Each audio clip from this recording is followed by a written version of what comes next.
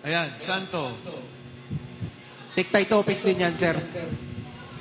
Tick-tight pa rin. Yes, sir. Yan yung mga pera na galing bangko, dinadala dyan sa Tick-tight, dinadala sa Horizon Home, sir, at saka dinideliver sa iba't ibang official ng mga gobyerno, sir. Next.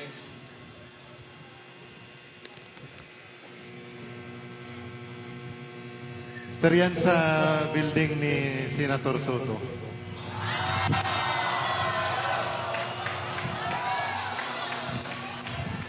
Bali, ako yung advance team kami dyan, sir. Kasama ko yan si Badilla.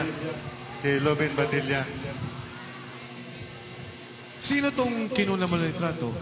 Ako yan, sir, nagkuha. Ah, Kasi yung nag-advance kami dyan, bali, pinipicturean ko, sinisend ko sa Viber group namin para ma-inform yung tropa na aboard na kami, sir.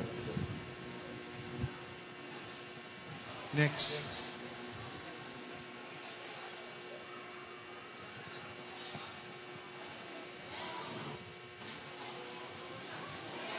Torre, oh.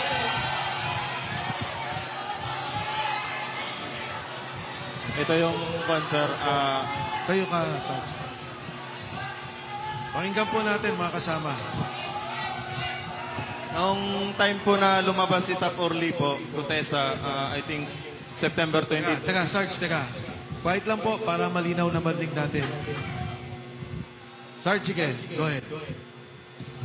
Ito po yung time na yung lumabas na po si Tap Orly Gutesa, September 25, 2025.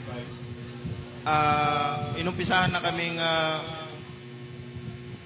24. Inumpisahan na po kaming kausapin ni General Torre po para bigyan po ng mga offer po, katulad po nung cellphone po. Ito po yung cellphone na nakuha ko. Tapos binigyan rin po kami ng 50,000 po para kapalit po doon sa affidavit na magpapatunay po na papasinungalingan namin yung mga pahayag po ni Tap Orly Gutesa po. Bali yung 50,000 bayad po sa amin for disturbance fee po na sinasabi nila. Niya po. Yan po yung patunay na pumunta po kami sa Raffles doon po sa office niya.